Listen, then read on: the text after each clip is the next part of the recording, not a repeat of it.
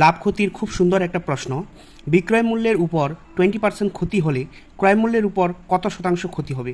তো এখানে চারটা অপশন দেওয়া আছে: 25%, 50/3%, 15%, 49/3%।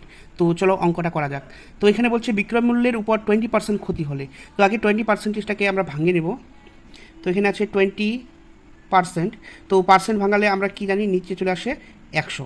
তো নিচে 100 লিখবো, কাটাকুটি করলে কত হয়? 1/5। তো এখানে বলছে বিক্রয় মূল্যের উপর ক্ষতি, তো ক্ষতি হয়েছে কত? এটা ক্ষতি হয়ে যাবে সবসময়, কত উপরে যেটা থাকবে ক্ষতি, আর এটা হয়ে যাবে তাহলে কি বিক্রয় মূল্য, মানে এসপি, সেলিং প্রাইস।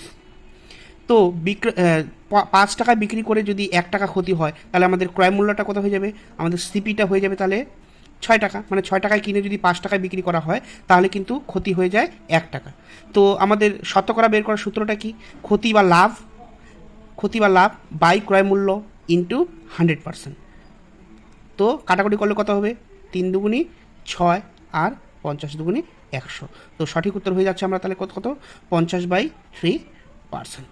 তো তোমরা এই প্রশ্নটার উত্তর কমেন্ট করো, আর এই রকম ভিডিও আরও পাওয়ার জন্য পেজটাকে অবশ্যই ফলো করে নাও।